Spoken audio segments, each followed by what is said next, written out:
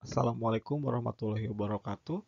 Selamat datang di perkuliahan daring untuk mata kuliah reaksi kimia organik dan mekanisme.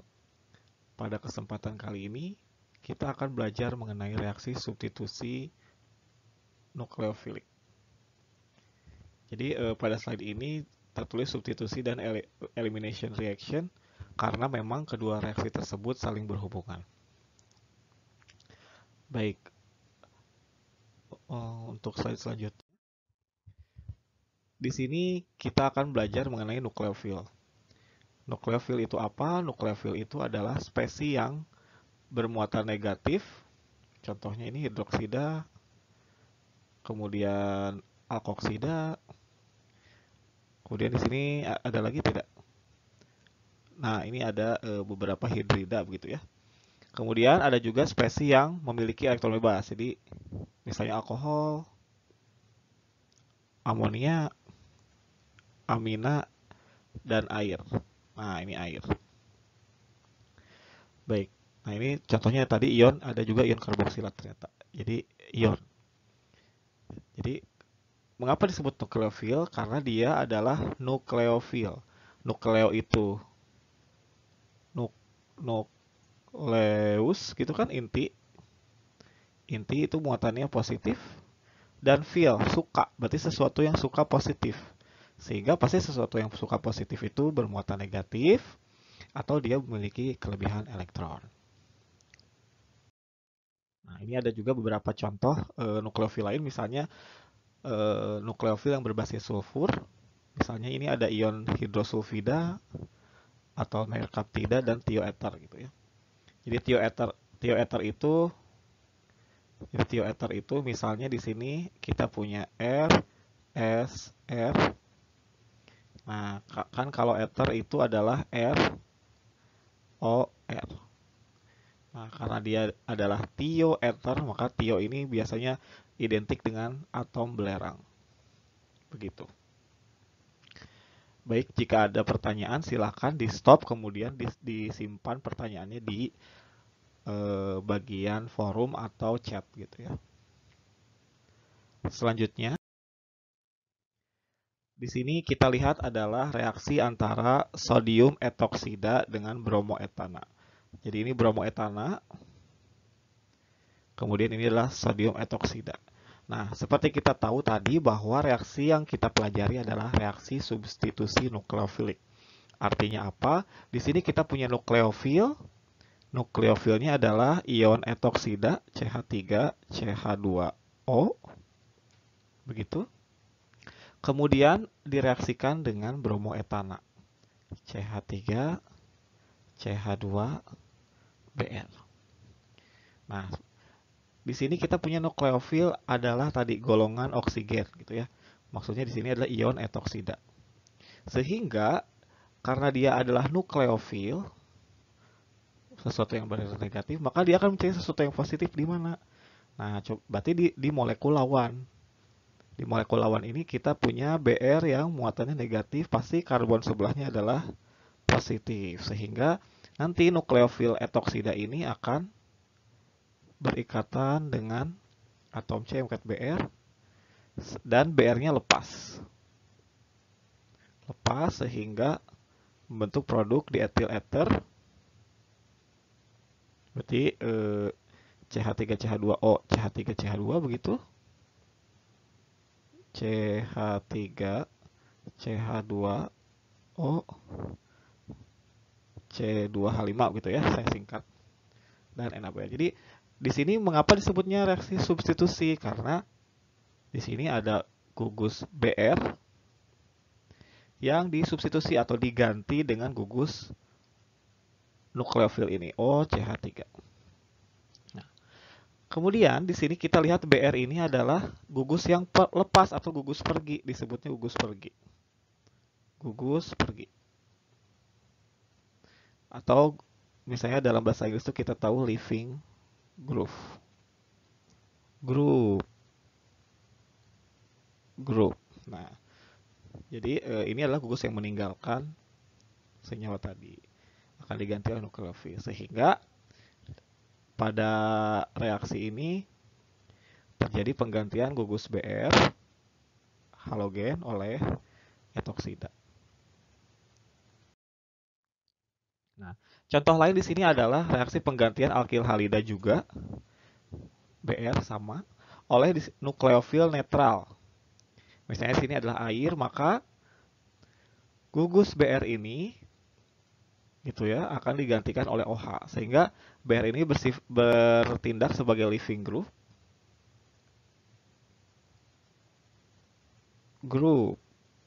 dan digantikan oleh nukleofilnya adalah air. Karena ini nukleofilnya nukleofil netral, maka kita kembangkan dengan pasangan elektron bebas. Sehingga nukleofil ini akan menggantikan Br. Bagaimana mekanismenya nanti kita lihat di slide-slide berikutnya.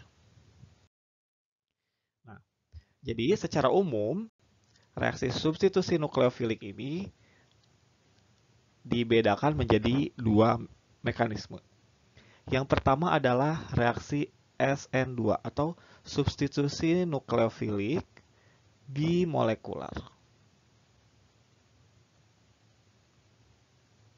Nah, mengapa disebut dengan bimolekular? Karena pada keadaan reaksi ini terdapat dua molekul yang bereaksi, yaitu nukleofil dan substrat yaitu alkil halida tadi. Dengan ini halida ya. Halida yang akan menjadi gugus pergi. Pada reaksi SN2 ini terjadi keadaan transisi gitu ya. Keadaan transisi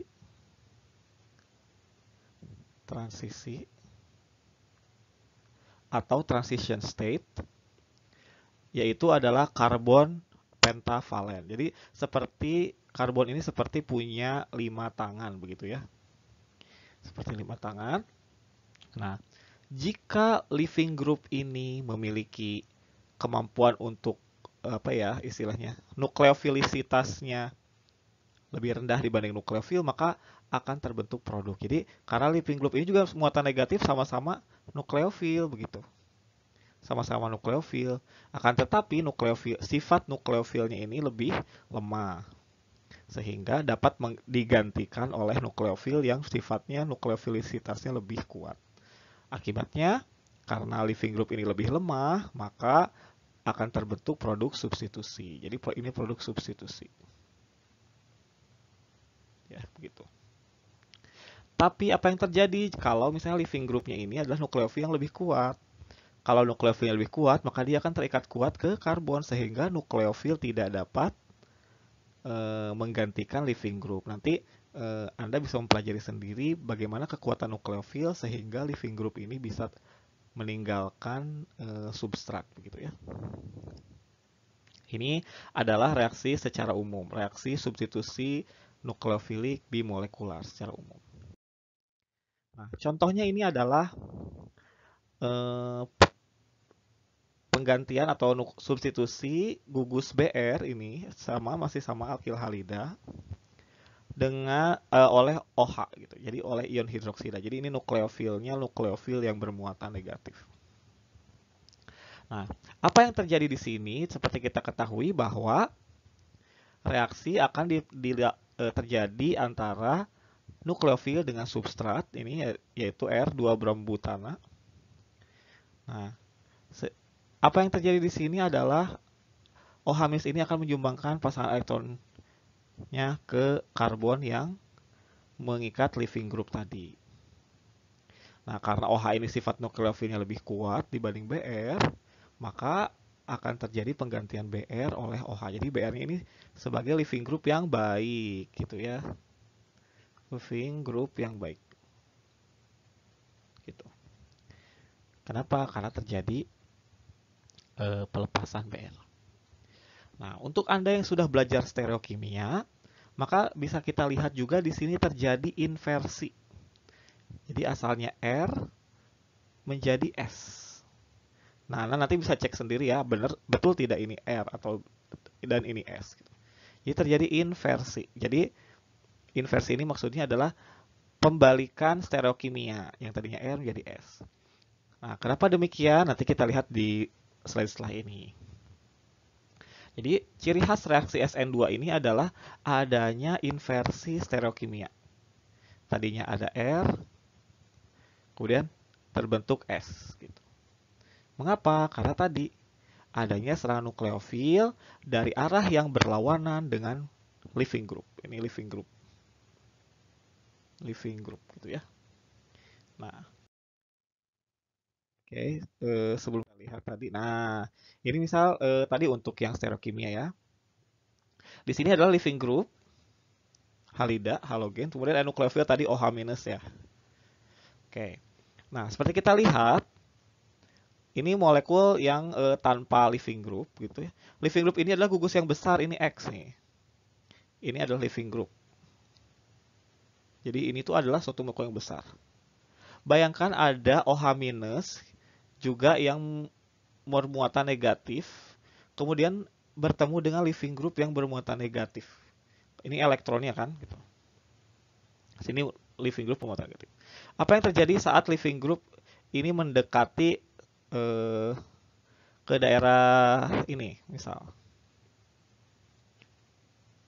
Nah, mendekati ke daerah sini kan mau berikatan dengan karbon ini. Apa yang terjadi kira-kira? Ya, betul. Jadi, di sini ada elektron, di sini ada elektron, ini sulit untuk masuk. Karena ada tolak-menolak kan elektron dengan elektron. Ini kayak elektron nukleofil gitu kan. Nah, apa yang terjadi? Nukleofil ini akan mencari rintangan elektro apa ya? Ya, rintangan sterik dari elektron-elektron ini tuh, atau rintangan elektrostatik mungkin ya kalau bisa kita istilahkan gitu. Sehingga nukleofil ini perlu mencari yang minimum rintangan elektronnya tadi. Sehingga dia akan mencari daerah yang sangat minim, yaitu di arah yang berlawanan dari leaving group. Sehingga OH- ini akan menyerang dari arah belakang. Itulah mengapa tadi terjadi inversi stereokimia pada reaksi SN2. Gitu. Jadi, nih, rear side not crowded, SN2 fast. Gitu. Jadi pada bagian belakang ini tidak crowded, tidak berdesak-desakan seperti itu ya. Seperti ini nih berdesak-desakan. Sehingga reaksi SN2 akan berlangsung lebih cepat dari arah belakang. Baik. Selanjutnya, apa yang terjadi kalau misalnya reaksi terjadi pada alkil halida tersier yang memiliki gugus besar gitu ya di sekeliling karbonnya, maka reaksi SN2 ini akan sangat sulit dilakukan jika substratnya adalah alkil halida tersier. Karena itu ini slow atau tidak mungkin terjadi. Sehingga untuk alkil halida yang tersier, reaksi substitusinya akan melalui mekanisme reaksi substitusi yang lain begitu. Nanti kita lihat lagi. Nah, misal di sini adalah kita akan memprediksi produk SN2 dari cis 4-metilsikloheksilbromida oleh ion cyanida. Jadi kita lihat di sini kita punya nukleofilnya ion cyanida, kemudian kita juga punya leaving groupnya adalah atom atau gugus bromida.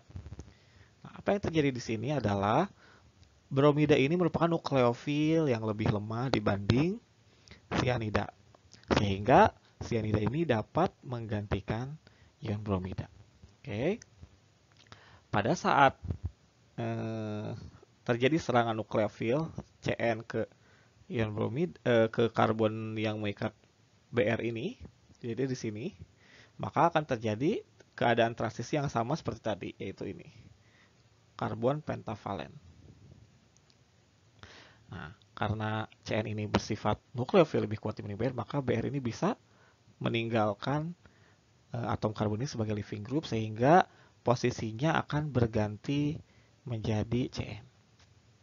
Kita lihat pada keadaan ini sikloheksana Br ini asalnya pada posisi aksial.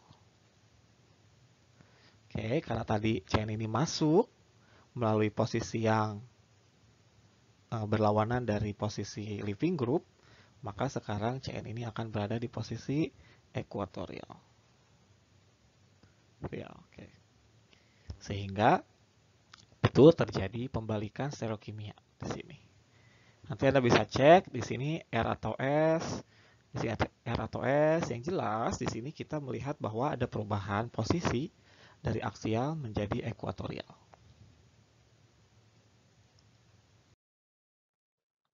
Selanjutnya, kita diminta untuk mengurutkan senyawa-senyawa berikut.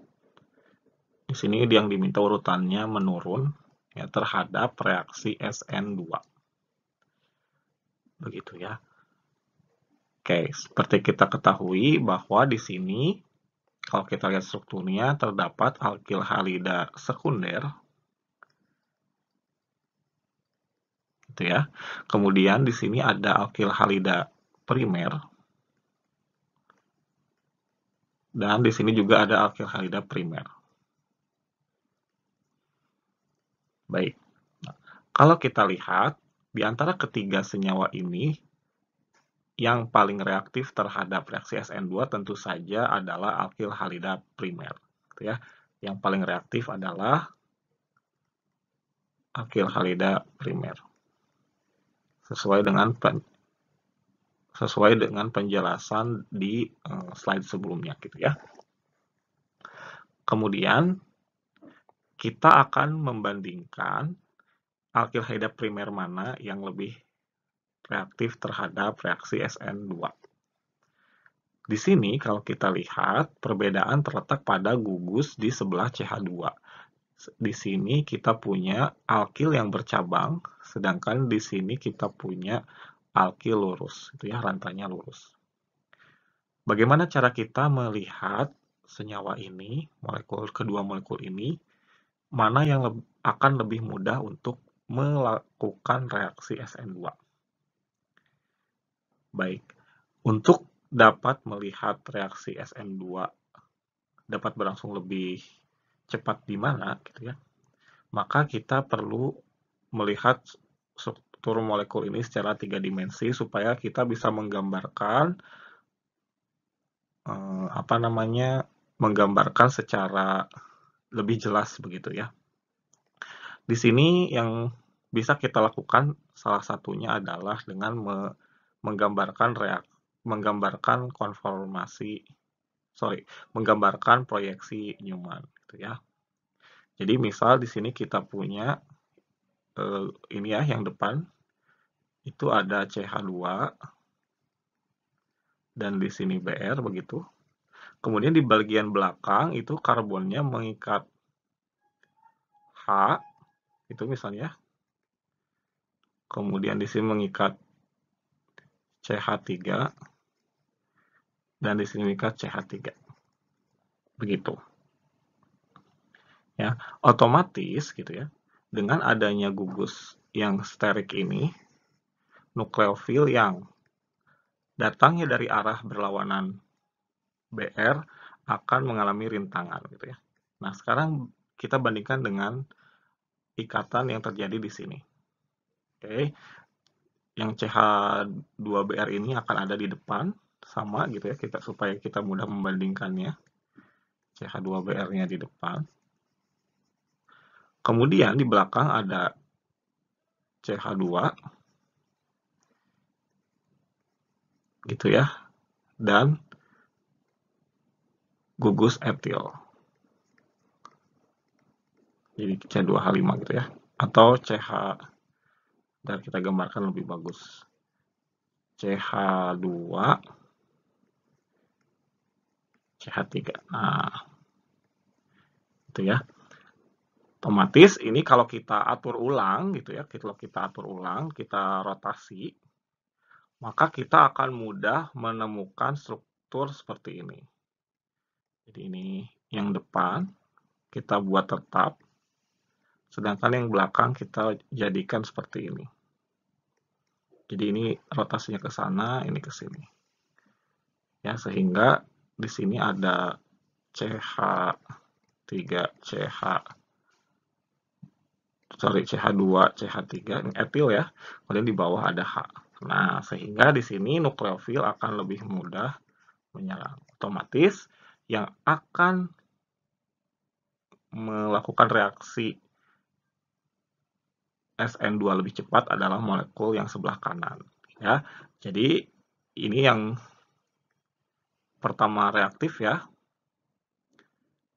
Kayak urutannya berarti kalau misalnya ini penurunan, maka yang paling reaktif ini ya. Jadi kalau ini kita lihat nomor 1, 2, 3, maka yang paling reaktif adalah nomor 3 ya. Itu nomor 3 itu lebih reaktif dari nomor 2 dan lebih reaktif dari nomor 1. Jadi ini urutannya menurun. Menurun ya gitu. Oke. Jadi itu adalah urutan laju reaksinya terhadap SN2 atau kereaktifan terhadap SN2 secara menurun. Sorry. Kalau misalnya ini R, maka yang ini adalah sorry. Maaf. Misalnya dia yang ini R ya. Nah, yang ini R. Jadi seharusnya ini tidak R. Karena planar kan. Jadi kalau substratnya R, jadi living groupnya di sebelah kanan. Maka yang ini produknya juga pasti akan R. Dan ada juga yang mengalami inversi S. Dan ini perbandingannya hampir sama sehingga disebut campuran apa namanya? Campuran diastereomer. Gitu ya. Jadi akan ada campuran isomer optik. Campuran isomer optik. Itu atau campuran racemate gitu ya. Nah, jadi akan ada produk R dan S pada komposisi yang hampir sama atau hampir sama. Jadi kadang-kadang salah satunya lebih banyak, tapi ada juga beberapa reaksi yang sama, persis 1:1. Nah, tadi slide yang tadi terlewat ya, ini mengenai apa diagram energi. Diagram energi untuk reaksi SN1 yang ini, yang tadi SN2 terlewat ya. Jadi di sini terjadi 2 kali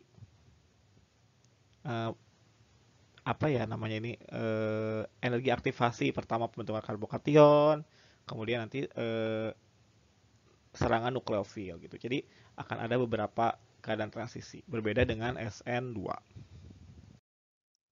Nah, ini contohnya adalah reaksi antara R3 bromo 3 metilheksana dalam air dan aseton. Jadi ada H2O di sini.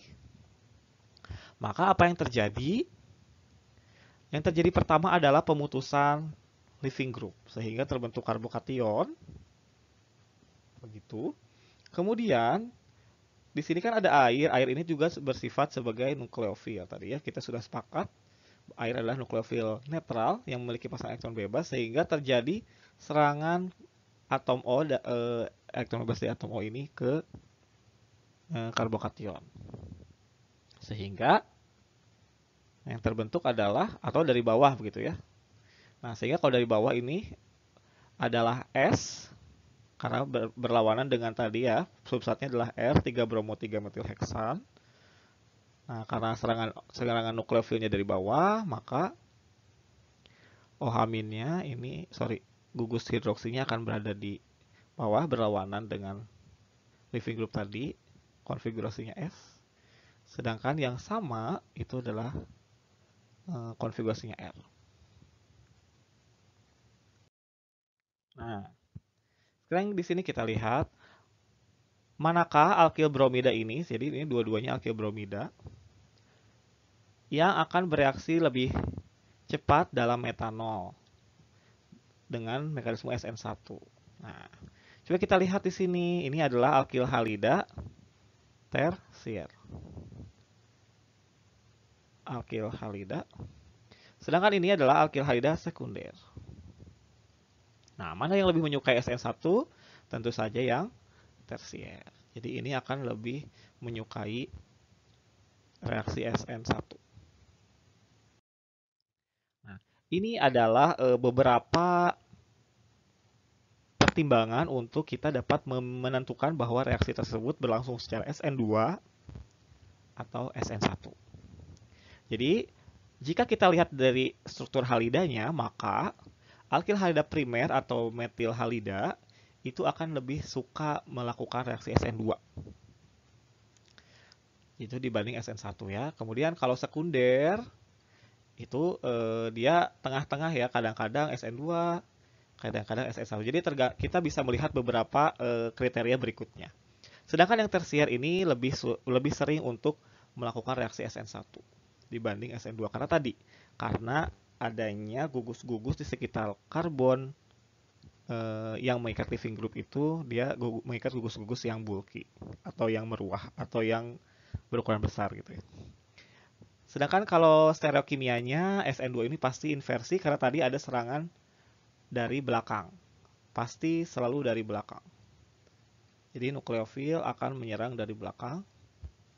Sedangkan SN1 ini dia karena membentuk karbokation itu berarti dia nukleofil bisa dari belakang dan bisa dari depan karena karbokation ini kan sp2 planar ya, sehingga terjadi rasemisasi ya, jadi terjadi produk rasemat tadi, campuran rasemat.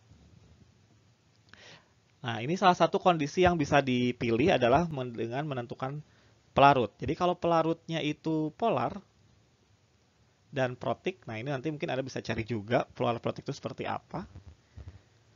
Maka SN2 ini akan lebih suka, jadi akan increase by polar aprotic solvent. Jadi kalau misalnya pelarut-pelarut polar aprotic itu akan meningkatkan reaksi SN2. Sedangkan kalau reaksi SN1 ini akan terjadi lebih cepat pada pelarut polar, ya pada pelarut polar begitu. Kemudian yang dapat menstabilkan ion karena yang tadi yang di SN1 ini terbentuk intermediate karbokation. Jadi ion karbokation ya. Nah, itu dapat distabilkan oleh pelarut polar. Tuh. Di sebagian buku ada juga yang menyebutkan bahwa reaksi SN1 ini akan lebih disukai pada pelarut polar protik gitu. Jadi kalau di sini SN2 aprotik, kalau SN1 ini protik. Selanjutnya dengan nukleofil, kita bisa lihat juga nukleofil yang digunakan itu apa. Jadi SN2 ini lebih menyukai nukleofilnya itu adalah anion. Nah, jadi kuat nukleofilnya karena tadi dia harus mendorong leaving group supaya bisa lepas. Jadi nukleofilnya itu harus kuat supaya bisa mendorong leaving group. Nah, sedangkan SN1 ini dia lebih disukai untuk nukleofil yang netral atau yang lebih lemah. Begitu ya. Jadi karena dia sudah karbokation, sehingga tidak perlu lagi nukleofil yang sangat kuat untuk dapat berikatan dengan karbokation. Begitu. Nah, ini adalah beberapa contoh reaksi SN2 dalam tubuh kita. Jadi dalam tubuh juga ada reaksi substitusi nukleofilik yang terjadi begitu. Misalnya di sini pada reaksi metilasi secara biologis. Jadi gugus-gugus metil dalam senyawa-senyawa alam begitu atau di dalam tubuh kita juga ada beberapa protein yang termetilasi dalam metabolisme kita itu terjadi melalui mekanisme reaksi ini. Nah, ini juga salah satu kriteria yang dapat menjadi pertimbangan bahwa reaksi akan berlangsung pada substitusi bimolekular atau substitusi unimolekular. Nah, ini Anda bisa coba prediksi di antara kedua reaksi ini mana yang berlangsung secara SN1 dan mana yang berlangsung secara SN2. Nah, coba Anda nanti coba jelaskan ya.